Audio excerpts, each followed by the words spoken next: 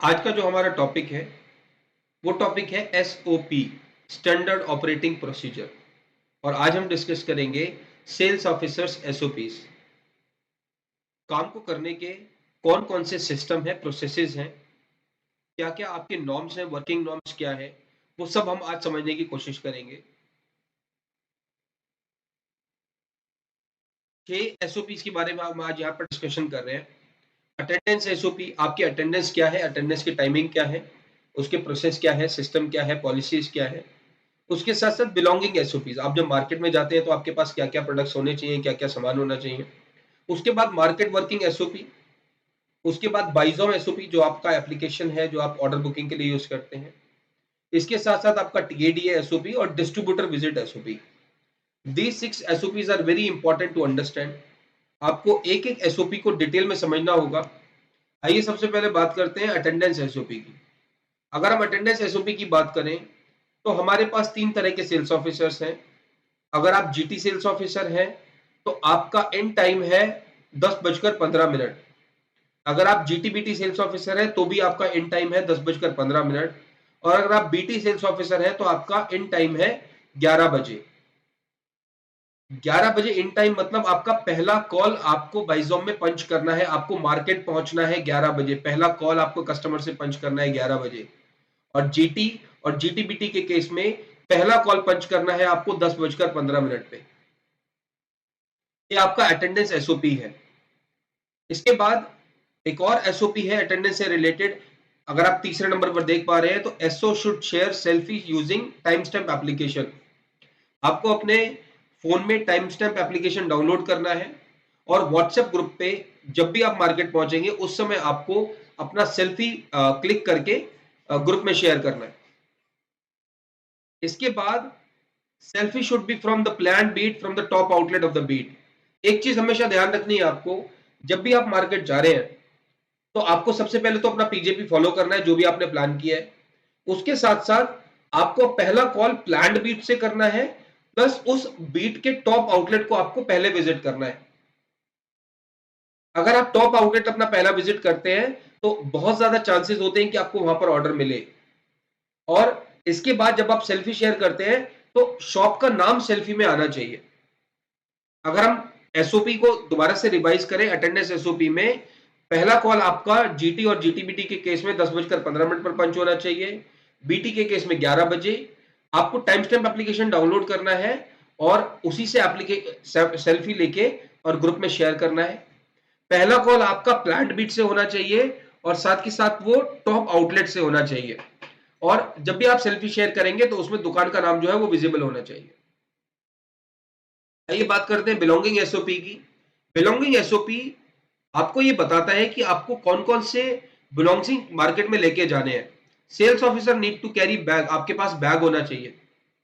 Catalogue, अगर आप GT sales officer है तो आईएफयू कैटलॉग आपके पास होना चाहिए। अगर आप बीटी सेल्स ऑफिसर है तो आईएफयू, फर्नीचर एंड सॉफ्टलाइन, ये कैटलॉग्स आपके पास होने चाहिए। आपके पास सैंपल्स होने चाहिए।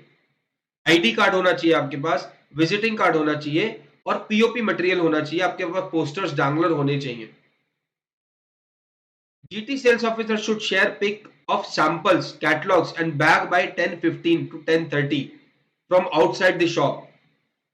जो भी सैंपल आप कैरी कर रहे हैं, जो भी कैटलॉग्स आप कैरी कर रहे हैं अलोंग विद डस्टर, तो जीटी सेल्स ऑफिसर को जब पहला कॉल आप पंच करेंगे तो 10:15 से 10:30 के बीच में आपको दुकान के बाहर से ये सैंपल की पिक आपको टाइम स्टैम्प एप्लीकेशन से शेयर करनी है। इसी तरह से बीटी के केस में सैंपल्स, कैटलॉग और बैग और डस्टर, ये आपको 11 से 11:15 से 11:30 के बीच में ये इमेजेस आपको व्हाट्सएप ग्रुप में शेयर करनी है कोऑर्डिनेशन टीम के साथ।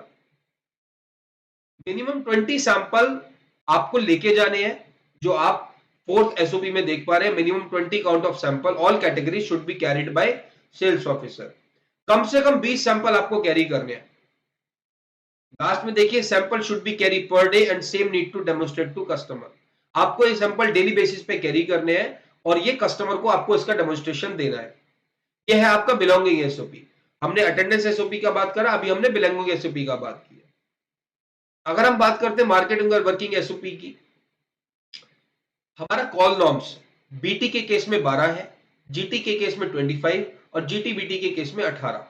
तो आपको जो डेली बेसिस पे जो कॉल करनी है, जो टोटल कॉल्स करनी है, अगर आप बीटी सेल्स ऑफिसर है तो आपको 12 कॉल करनी है, अगर आप जीटी सेल्स ऑफिसर है तो आपको 25 कॉल करनी है, और जीटीबीटी सेल्स ऑफिसर है तो आपको 18 कॉल करनी है। बीट काउंट आपके पास 12 बीट होनी चाहिए, because as per company norms आपको फोर्टनाइटली विजिट करना है, 15 दिन में एक कस्टमर को विजिट करना है, तो आपके पास 12 बीटें होनी चाहिए। अगर हम आउटलेट काउंट की बात करते हैं तो बेबी ट्रेड सेल्स ऑफिसर जो बीटी सेल्स ऑफिसर है उनके पास 144 आउटलेट, जीटी सेल्स ऑफिसर के पास 300 आउटलेट, और जीटीबीटी सेल्स ऑफिसर के पास 216 कस्टमर होने चाहिए। अगर हम एफिशिएंसी की बात करें, एफिशिएंसी का मतलब होता है यूनिक बिल्ड आउटलेट। 144 का 80% आपका एफिशिएंसी होना चाहिए, मतलब 80% कस्टमर आपके हर महीने बिल होने चाहिए। जीटी के केस में 70%, आपके आउटलेट काउंट है 300, तो 70% होता है उसका 210। हर महीने आपके 210 कस्टमर तो बिल होने ही चाहिए। इसके बाद जीटीबीटी के केस में भी 70%। अगर हम आपके क्वांटिटी टारगेट की बात करें, so quantity target is 7200, which means 300 quantity per day. आपको डेली बेसिस पे 300 क्वांटिटी बुक करना है। इसके बाद अगर हम वैल्यू टारगेट की बात करें तो बेबी ट्रेड 10 लाख रुपए, जीटी 5 लाख और जीटीबीटी 8 लाख, ये आपका रेवेन्यू टारगेट है। अगर हम सबसेक्शन की बात करें, कैटेगरीज की बात करें, तो डेली बेसिस पे आपको बेबी ट्रेड सेल्स ऑफिसर को 20 कैटेगरीज बेचनी है, जीटी सेल्स ऑफिसर को 10 कैटेगरीज बेचनी है, और जीटीबीटी सेल्स ऑफिसर को 15 कैटेगरीज बेचनी है। वेट वाइप्स एक कैटेगरी है, फीडिंग बॉटल एक कैटेगरी है। इसी तरह से बेबी ट्रेड को 20, जीटी में 10 और जीटीबीटी 15। ये यूनिक कैटेगरीज होनी चाहिए। अगर हम मंथली टारगेट की बात करें सबसेक्शन की, तो बेबी ट्रेड सेल्स ऑफिसर को 40 कैटेगरीज हर महीने बेचनी है, जीटी सेल्स ऑफिसर को 20 कैटेगरीज हर महीने बेचनी है, और जीटीबीटी सेल्स ऑफिसर को 30 कैटेगरीज हर महीने बेचनी है। एक और बहुत इंपॉर्टेंट केपीआई है लाइन पर कॉल। ऑन एन एवरेज एक कॉल में आप कितनी लाइन्स बेचते हैं, कितने एसकेयू बेचते हैं। तो बेबी ट्रेड सेल्स ऑफिसर का टारगेट है 20, जीटी सेल्स ऑफिसर का टारगेट है 10, और जीटीबीटी सेल्स ऑफिसर का टारगेट है 15। मार्केट स्टार्ट टाइम ऑलरेडी हमने डिस्कस किया, बीटी 11 बजे, जीटी और जीटीबीटी 10:15 बजे। इसके बाद CFT, CFT stands for customer facing time. On an average एक दुकान में आप कितने समय आप स्पेंड कर रहे हैं, एक दुकान पर कितना समय आप स्पेंड कर रहे हैं। तो पूरे दिन में 3 आवर 30 मिनट, 3.5 घंटे आपका कस्टमर फेसिंग टाइम होना चाहिए। यह आपका मार्केट वर्किंग एसओपी है। इसके बाद अगर हम टीएडीए एसओपी की बात करें, तो टीएडीए एसओपी में बीटी के केस में 12 कॉल है, जीटी के केस में 25 कॉल है, और जीटीबीटी के केस में 18 कॉल है। अगर आपने बीटी के सेल्स ऑफिसर है, आपने 11 या उससे ज्यादा कॉल किया, तो आपको उस दिन का प्रेजेंट लगेगा और आपका फुल डीए आपको मिलेगा। जीटी के केस में अगर आपने 23 या उससे ज्यादा कॉल की, तो आपको फुल डीए मिलेगा और प्रेजेंट भी लगेगा आपका। अगर जीटीबीटी के सेल्स ऑफिसर है और आपने 16 कॉल किया या उससे ज्यादा किया, तो आपको फुल डीए और प्रेजेंट लगेगा आपका। अगर आप बीटी के सेल्स ऑफिसर हैं और आपके कॉल 9 या 10 के बीच में है, या तो आपने 9 कॉल किया या 10 कॉल किया, तो उस दिन आपका हाफ डे लगेगा और आपको हाफ डीए मिलेगा। अगर आप जीटी के सेल्स ऑफिसर हैं और 19 से 22 के बीच में अगर आप कॉल करते हैं, 19, 20, 21, 22, अगर ये कॉल आप करते हैं, तो आपको हाफ डीए मिलेगा और उस दिन का आपका हाफ डे लगेगा। अगर आप जीटीबीटी के सेल्स ऑफिसर हैं और आप 13 से 15 कॉल करते हैं, तो भी आपका हाफ डे लगेगा और हाफ डीए मिलेगा। अब अगर आपका कॉल बीटी के सेल्स ऑफिसर है अगर आप, और आपका कॉल 9 से भी कम चला जाता है, तो उस दिन आपको डीए नहीं मिलेगा और आपका एब्सेंट लगेगा। इसी तरह से जीटी में अगर आपका 19 से कम अगर आप कॉल करते हैं, तो आपका हाफ डे लगेगा और आपको एब्सेंट लगेगा, आपका एब्सेंट लगेगा और आपको डीए नहीं मिलेगा। और अगर आप जीटीबीटी के सेल्स ऑफिसर हैं और अगर आप 13 से कम कॉल करते हैं, तो आपको डीए भी नहीं मिलेगा और आपका एब्सेंट लगेगा। यह है टीएडीए एसओपी। अभी तक हमने बात की अटेंडेंस एसओपी की, बिलोंगिंग एसओपी की, मार्केट वर्किंग एसओपी और ये टीएडीए एसओपी। पॉइंट पे आप जो बिलिंग लेते हैं वो आपको बिजॉम में अपडेट करना है। Photo of shop to be clearly updated in Bizom. It is very important to upload all the shops photo in Bizom very clearly.